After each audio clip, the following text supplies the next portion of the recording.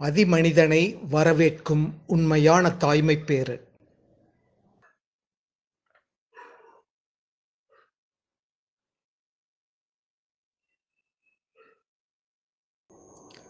அதிமனிதன் இயற்கையின் அரசனாகப் பிறக்கும்போது அவனுடைய தோற்றமே சடப்பொருளின் உலகை உருமாற்றும். அவன் இயற்கையின் இருளில் சத்தியத்தின் சுடரை ஏற்றுவான். சத்தியத்தின் பெரிய சட்டங்களை புவியுலகில் விரித்திடுவான். மனிதனும் கூட ஆன்மாவின் குரலுக்கு செவிமடுப்பான். சாவித்ரி. தாய்மைப்பேறு பெண்களின் முதன்மையான பணி என்று கருதப்படுகிறது. ஆனால் இது உண்மை எப்பொழுதெனில் நாம் தாய்மைப்பேறு என்ன என்பதின் அர்த்தத்தை புரிந்து கொண்ட நிலை வந்தால் மட்டுமே.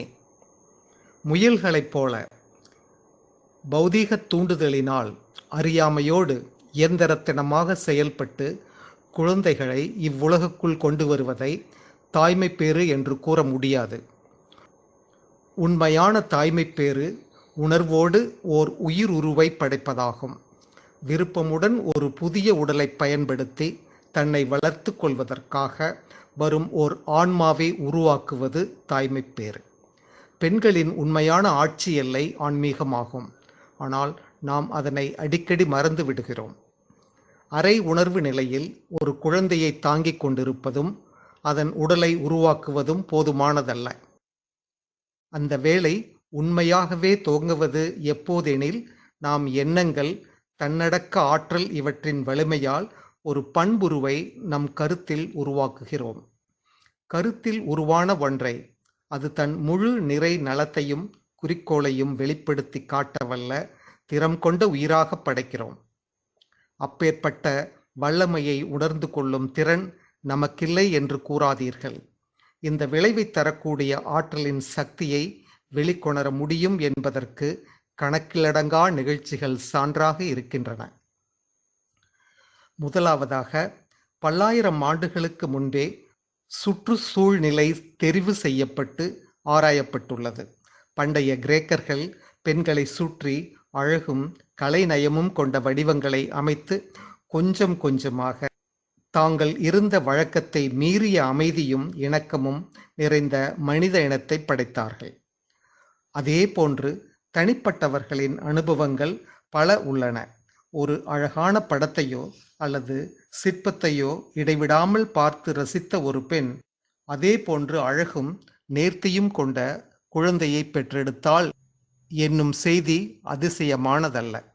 நானே இது போன்ற பல அனுபவங்களை சந்தித்து இருக்கிறேன். அவற்றுள் நான் தெளிவாக நினைவில் வைத்திருப்பது ஒன்று. 2 பெண் குழந்தைகளை பற்றியது. அவர்கள் நேர்த்தியான அழகோடு விளங்கிய இரட்டையர். அதில் அதிகப்படியான அதிசயம் என்னவென்றால் அவர்கள் தங்கள் பெற்றோரின் சாயலை ஒரு சிறிதே கொண்டிருந்ததுதான். ரெனால்ட்ஸ் என்பவர் வரைந்த பிரபல ஓவியம் ஒன்றை அவர்கள் எனக்கு நினைவுபடுத்தினர். ஒரு நாள் இதனை அக்குழந்தைகளின் தாயாரிடத்து கூறிய பொழுது அவள் ஆச்சரியப்பட்டு சொன்னாள், உண்மையில் எங்கனம் அவ்வாறில்லாமல் போகக்கூடும். நான் சொல்லப்போவதே நீங்கள் அறிந்தால் ஆச்சரியமாக இருக்கும். நான் இவர்களை கருவுற்றிருந்த போது என் படுக்கைக்கு மேலே ரொனால்டின் அந்த ஓவியத்தின் ஒரு நல்ல பதிப்பை மாட்டி வைத்திருந்தேன். உறங்குவதற்கு முன்பும் எழுந்தவுடனும் என்னுடைய நாளின் இறுதியிலும் துவக்கத்திலும் பார்ப்பது அந்த படத்தையே. என் உள்ளத்தினுள்ளே ஆவலுடன் எதிர்நோக்கினேன், என் குழந்தைகள் இப்படத்தில் இருக்கும் முகச்சாயலை கொள்வார்கள் என்று. பாருங்கள், நான் நிச்சயமாக வெற்றி பெற்று விட்டேன். உண்மையில் அவள் தன் வெற்றியை பற்றி பெருமை கொள்ளலாம். மற்ற பெண்களுக்கு அவளுடைய உதாரணம் பெரிதும் பயன்படும். மிகவும் இலக்கமற்ற தன்மை கொண்ட பௌதீக நிலையிலேயே அத்தகைய விளைவுகளை நாம் பெற முடியும் என்றால் எண்ணங்களின் தாக்கமும் தன்னடக்க ஆற்றலின் தாக்கமும் மிகவும் பலம் கொண்ட மனோமய நிலையில் நாம் எவ்வளவு அதிகம் பெற முடியும். இருளார்ந்த கட்டுப்பாடுகளையும் மூதாதையரின் பண்பு வெளிப்பாடுகளையும் ஏன் ஏற்றுக்கொள்கிறீர்கள்? அவை வேறல்ல, நம் குணாதிசயங்களின் போக்குக்காக நாம் தெரிவு செய்து கொண்ட நாம் தெளிவற்ற உணர்வுகளின் தேர்வுகளே அவை. நமது விருப்பாற்றலினாலும் ஒருமைப்பாட்டினாலும் நம்முள்ளே ஓர் உயர்வான உகந்த அமைப்பை உருவாக்கி அதை நமது இருப்பினுள் கருக்கொள்ள முடியுமானால் அது நம்மால் இயலும் என்கிற போது ஏன் மற்றவற்றை ஏற்றுக்கொள்ள வேண்டும்? இந்த முயற்சியோடு தாய்மைப்பேறு உண்மையாகவே சிறப்பு வாய்ந்தது, புனிதமானது. உண்மையாக இந்த முயற்சியில் நாம் ஆன்மாவில் மேன்மை பொருந்திய மதிப்பு வாய்ந்த வேலையினுள் நுழைகிறோம். மேலும் பெண்மை விலங்கு இயல்பிலிருந்தும் சாதாரண உணர்ச்சி தூண்டுதல் நிலையிலிருந்தும் எழும்பி மனித இனத்தையும் அதன் பலத்தையும் நோக்கி மேலெழுகிறது. இந்த ஆற்றலை ஈடுபடுத்திய செயலில் முயற்சியில் தம்முடைய உண்மையான கடமை பிறகு வருகிறது. மேலும் இந்த கடமையானது எப்போதும் மிகப்பெரிய முக்கியத்துவத்தை கொண்டிருந்தால் இது நிச்சயமாக இப்புவியின் தற்போதைய திருப்பத்தில் தலையாய ஒன்றாக ஆகியிருக்கும். ஏனென்றால் இப்போது நாம் உலக சரித்திரத்தில் ஒரு தனி சிறப்பு வாய்ந்த திருப்பு முனையில் ஒரு விதிவிலக்கான காலகட்டத்தில் வாழ்ந்து கொண்டிருக்கிறோம். இதற்கு முன்னால் எப்பொழுதும் ஒருவேளை மனித இனம் இது போன்ற கடும் வெறுப்பு, குழப்பம், இரத்தம் சிந்தல் ஆகிய இருண்ட காலத்தை கடந்திருக்குமா? அதே சமயத்தில் எக்காலத்திலும் இது போன்ற உறுதியான ஆர்வம் மிக்க நம்பிக்கை மக்கள் உள்ளத்தே எழுந்திருக்காது. ஒரு கால் நாம் நமது இதயத்தின் குரலுக்கு செவிமடுத்தோமானால் கிட்டத்தட்ட உணர்வு நிலையில் நாம் நீதியின் ஒரு புதிய ஆட்சிக்காக, அழகுக்காக, நல்லெண்ணம் கொண்ட நல் இணக்கத்திற்காக, தோழமைக்காக காத்து கொண்டிருப்பதை உடனடியாக உணர்வோம். மேலும் உலகின் உண்மைத்தன்மைக்கு முற்றிலும் மாறுபட்டதாக இது காணப்படுகிறது. யாரெல்லாம் தங்களுடைய இதயமானது தான், தன் குடும்பம் என்ற வரைகளை தாண்டி விரிந்து செல்வதாக உணர்கிறார்களோ, யாருடைய எண்ணங்கள் சிறிய தனிப்பட்ட விருப்பங்களை தான் இருக்கும் இடம் சார்ந்த மரபுகளை தாண்டி தழுவுகிறதோ, அவர்கள் அனைவரும் சுருக்கமாக தாங்கள் தங்களுக்கு மட்டுமே, தங்கள் குடும்பத்துக்கு மட்டுமே அல்லது தங்கள் நாட்டுக்கு மட்டுமே சொந்தமல்ல, ஆனால் எல்லா நாடுகளிலும் மனித இனத்தின் மூலம் தன்னை வெளிப்படுத்தி கொண்டு இருக்கும் கடவுளுக்கு சொந்தம் என்று உணர்கிறார்களோ, அவர்கள் உண்மையாகவே மனித இனத்திற்காக, விடியலின் வருகைக்காக தாங்கள் எழுதல் வேண்டும், வேலையில் ஈடுபட வேண்டும் என்று அறிந்திருப்பர். அந்நேரத்திற்குரிய முடிவற்ற பலதரப்பட்ட வேலைகளில் பெண்மைக்குரிய பங்கு என்னவாக இருக்கும்? உண்மையில் பெரிய நிகழ்வுகளும் வேலைகளும் கேள்விக்குறியாக இருக்கும்போது பெண்களை கீழ்நிலைக்கு ஒரு மூளைக்கு புன்னகையோடு ஆதரவு காட்டுகின்ற பாவனையோடு புறக்கணிப்பு செய்வது வழக்கம். ஆதரவு காட்டுகின்ற பாவனை என்னவென்றால், எழுச்சியற்ற, அறிவுத்திறம் குறைந்த, பயனற்ற உயிரினமே, இது உன்னுடைய வேலையல்ல என்பதுவே. இதை ஒருவேளை அடங்கி போகும் இயல்பு கொண்ட குழந்தை போன்ற சோம்பேறியான பெண்கள் ஒப்புக்கொள்ளக்கூடும். பல நாடுகளில் இது வருந்தத்தக்க நிலைதான் சிறிதளவாவது காணப்படுகிறது. நான் தைரியமாக சொல்வேன், அவர்கள் கூறுவது தவறென்று. இனி வருகின்ற வாழ்வில் அது போன்ற பிரிவினைகளுக்கு இடமே இல்லை. ஆண்மைக்கும் பெண்மைக்கும் இடையே இது போன்ற பிறழ்வுபட்ட அமைதி நிலைக்கு இடமே இல்லை. சரிசமமான பரஸ்பர உதவியையும் நெருங்கிய ஒத்திசைவையும் அளிப்பதே இருபாலரின் உண்மையான உறவாகும். மேலும் இது முதல் நமது மெய்யான மனப்பாங்கை நாம் மறுபடியும் மேற்கொள்ளுதல் வேண்டும். நமக்குரிய இடத்தை நாம் மறுபடியும் எடுத்துக்கொள்ள வேண்டும். நமது உண்மையான முக்கியத்துவத்தை ஆன்மீகத்தின் அமைப்பாளர், பயிற்றுவிப்பவர் என்பதை நிலைநாட்ட வேண்டும்.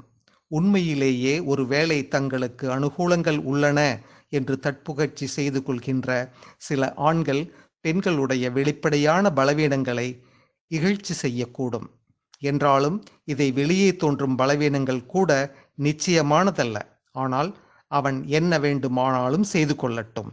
அதிமனிதன் சாதாரண முறையிலேயே பெண்களின் மூலம்தான் பிறக்க வேண்டும். இதை மிகச் சரியாக யாரோ சொல்லியிருக்கிறார்கள். அதிமனிதன் பெண் மூலம்தான் பிறப்பான். இது ஒரு பெரிய கேள்விக்குறியற்ற உண்மை. ஆனால் இந்த உண்மை மட்டுமே பெருமை கொள்ள போதுமானதல்ல. அது என்ன பொருள்படுகிறது என்பதை தெளிவாக புரிந்து கொள்ள வேண்டும். அது உருவாக்கும் பொறுப்பு என்ன என்பதை உணர்ந்து கொள்ள வேண்டும். உண்மையான தன்மையுடன் நம் முன்னே உள்ள அந்த கடமை பொறுப்பை எதிர்கொள்ள கற்க வேண்டும். தற்போதைய உலகம் தழுவிய வேளையில் நமது மிக முக்கியமான பங்கு துல்லியமான இந்த கடமையே. அதற்காக நாம் முதலில் குறைந்தபட்சம் அவற்றின் பெரிய வரைமுறைகளை புரிந்து கொள்ள வேண்டும். தற்போதைய குழப்பங்களையும் இருண்ட தெளிவற்ற நிலையையும் எவ்வாறு ஒளியாகவும் இணக்கம் நிறைந்ததாகவும் மாற்றலாம், அதற்கு என்ன வழிகள் உள்ளன என்பதை. அநேக வழிகள் பரிந்துரை செய்யப்பட்டுள்ளன. அரசியல், சமூக, புராண, மதத்திலும் கூட உண்மையில் இவை எதுவுமே போதுமானதாக தெரியவில்லை. நாம் எதிர்கொள்ளும் இந்த பணியின் விஸ்தாரத்தை நோக்கும்போது இவ்வழிகள் நம்பிக்கை தரும் வெற்றியை அளிக்குமா என்பது தெரியவில்லை.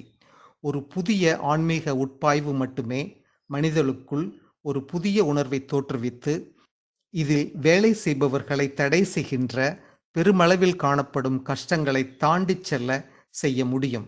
ஒரு புதிய ஆன்மீக ஒளி இதுவரை அறியாத ஏதோ ஒரு தெய்வீக சக்தியின் வெளிப்பாடு, கடவுளை பற்றிய எண்ணம் ஒன்று, நமக்கு புதிய ஒன்று இவ்வுலகிற்குள் இறங்கி வந்து ஒரு புதிய வடிவத்தை எடுத்துக்கொண்டுள்ளது.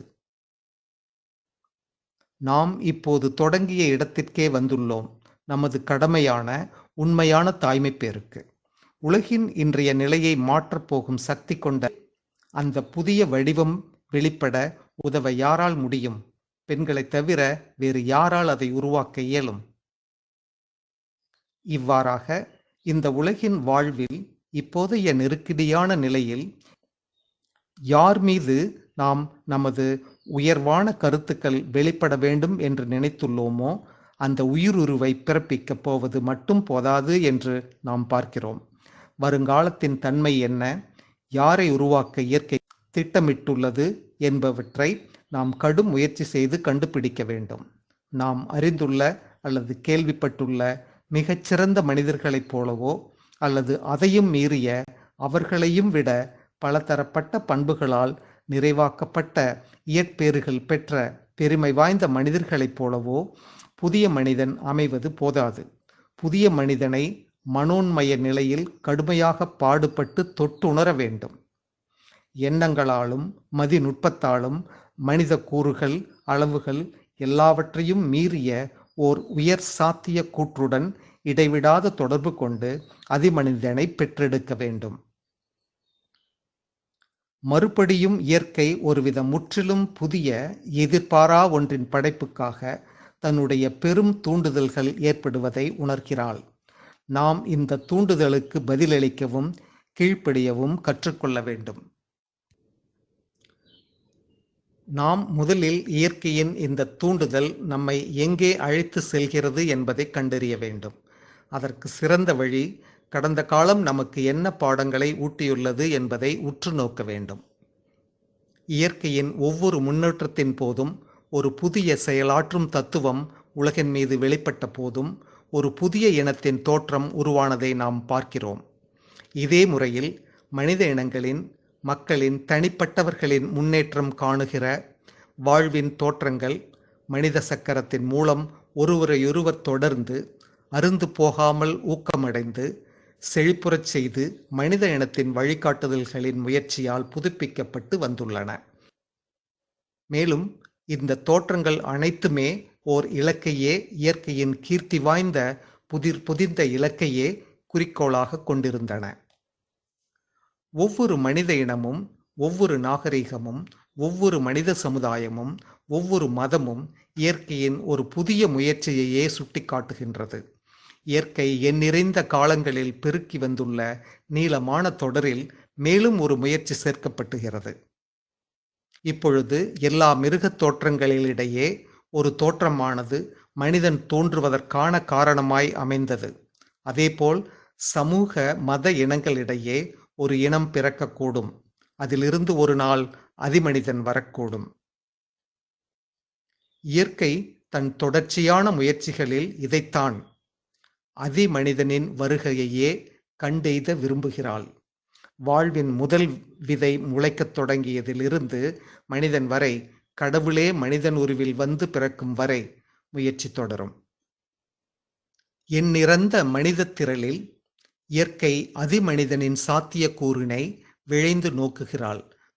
அவர்கள் ஒவ்வொருவரிலும் இறையை உணர்ந்து கொள்ளும் பான்மையே அவளது குறிக்கோள். இயற்கையின் இந்த அழைப்புக்காகத்தான் நாம் பதிலளிக்க வேண்டும். இந்த மாண்புமிக்க பெருமிதமிக்க வேலைக்கு நாம் நம்மளை அர்ப்பணித்துக் கொள்ள வேண்டும். இந்த புதிய இனம் உள்ளுணர்வுகளால் ஆட்சி செய்யப்படும். அதாவது எப்படி சொல்ல வேண்டும் என்றால், நேரடியாக புலன் உணர்வு மூலம் உள்ளே உள்ள தெய்வத்தின் சட்டத்திற்கு உட்பட்டு, ஆனால் மற்ற சாதாரண மனிதர்கள் காரணங்கள் காட்டும் நுண்மையான பாதைகளில் அலைந்து திரிகிறார்கள். இவர்களோ தங்கள் பாதைகளில் நேராக செல்கிறார்கள். வாழ்க்கை காற்றில் அலைக்கழிக்கப்படும் போது உள்ளுணர்வால் வழி நடத்தப்படுகிறார்கள். அவர்களுடைய இந்த உயர் உணர்வு உறுதியான, என்றும் தவறாத உதவும் கரம் போல் செயல்படுகிறது. இந்த தனித்துவம் கொண்ட மனிதனின் வினைத்திறம் மனிதன் இப்போதுள்ள நிலைமைக்கு அநேகமாக வேறுபட்டது. இதுவே நிச்சயமாக மிக சாதாரணமாகவும் இயல்பாகவும் புதிய இனத்திற்கு, நாளைய மனிதனுக்கு வந்துவிடும். ஆனால் இந்த செயலாற்றும் திறத்தை இடைவிடாமல் பின்பற்றி வரும்போது காரணம் அறிந்து கொண்டு செயலாற்றும் வினைத்திறனுக்கு நஷ்டம் உண்டாக்கக்கூடியதாக இருக்கும். மனிதன் குரங்கினுடைய அதிகப்படியான பௌதீக பலத்தை கொண்டிருக்கவில்லை. அதுபோலவே அதிமனிதன் தற்போதைய மனிதனின் மன நலன்களை கொண்டிருக்க மாட்டான். இந்த மனத்திறமை தன்னையும் மற்றவர்களையும் ஏமாற்றுவதற்காகவே. ஆக மனிதனின் பாதை அதிமனிதத்துவத்தை நோக்கி திறக்கப்பட்டுவிடும். தான் இதுவரை வளர்த்து கொண்டு வந்துள்ள எல்லாம், எதை தனதாக உரிமை கொண்டாடி வீணாக கர்வம் கொண்டிருந்தானோ அந்த அறிவுத்திறம் உட்பட அதிமனித தத்துவத்திற்கு எல்லாம் இனிமேலும் அவனுக்கு தேவைப்படாது என்று மனிதன் தைரியமாக தெரிவிப்பானேயானால் பாதை திறக்கப்பட்டுவிடும். அதற்காக தன்னை உரையினின்று எடுக்க, கண்டுபிடிக்க இந்த மிகப்பெரிய தன்னுள்ளே உள்ள சக்தியை வெளியே விடுவிக்க வேண்டி இருப்பதுதான் இனி மேற்கொண்டு அவனுடைய முன்னீடுபாடாக இருக்க முடியும். அதிமனித தத்துவத்தை நோக்கிய பாதை எப்பொழுதும் நிறைவான நிலையில் உள்ள ஆன்மீக உருவை விரிவுபடுத்துவதில் அடங்கியுள்ளது. மனிதன் தன்னை ஆன்மீகமயமாக்கிக் கொள்ள ஒப்புக்கொள்ளுவானேயானால் எல்லாம் மாறும், எல்லாமும் எளிதாக ஆகிவிடும். ஆன்மீக வாழ்க்கையின் உயர்வான, குறைபாடற்ற நிறைத்தன்மை ஓர் ஆன்மீகமயமான மனிதனுக்கு தன் இருப்பை உணர்ந்து கொண்ட உண்மைக்கு உடனடியாக பணிதல் மூலமாக வரும். அவன் அவனாகவே ஆன பிறகு, தன் உண்மையான இயற்கையை கண்டு கொண்ட பின்னர் வரும். ஆனால் இந்த உடனடி செய்கை அரை உணர்வாக, இயல்பூக்க உணர்ச்சியாக விலங்குகளுக்கு எழுவதைப் போல் இருக்காது. ஆனால் உள்ளுணர்விலிருந்து எழுவதாக, முழுவதும் உணர்வு சார்ந்து ஒருங்கிணைந்ததாக இருக்கும். ஆகையால் எந்த தனி மனிதர்கள் புது யுகத்தில் மனித இனத்தின் வருங்காலத்திற்கு உதவுகிறார்களோ அவர்கள் ஆன்மீக பரிணாம வளர்ச்சியை தங்கள் ஊழ்வினையாக உணர்வார்கள். ஆகவே மனிதனின் பெரிய தேவை ஒரு பரிணாம வளர்ச்சி அல்லது தற்போதைய மனித இனம் உள்ள நிலையிலிருந்து ஆன்மீகமடைந்த மனித இனமாக மாறுவதுதான். விலங்கு இயல்பு கொண்ட மனிதனும் கூட பெருமளவில் உயர்மட்ட மனதை உடைய மனிதனாக மாற்றப்பட்டதைப் போல. இத்தகைய தனி மனிதர்களில் முதலில் இடம்பெறும் மாறுதல் அடைய வேண்டுவதை பெண்கள் நிச்சயமாக உணர வேண்டும். அவளுடைய விசேஷமான பணி இவ்வுலகிற்கு புது இனத்தின் முதல் மாதிரியை பெற்றெடுத்து கொடுப்பதாக இருப்பதால்